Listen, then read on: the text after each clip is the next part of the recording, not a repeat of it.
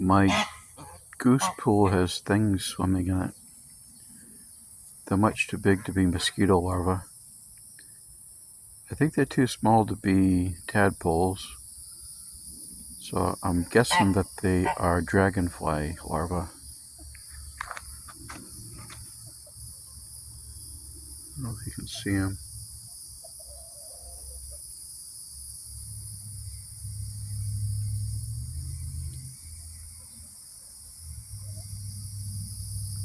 About the size of a pencil eraser.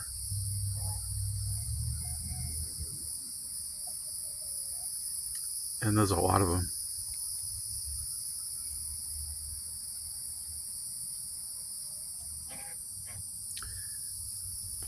That's one way to get rid of the mosquitoes.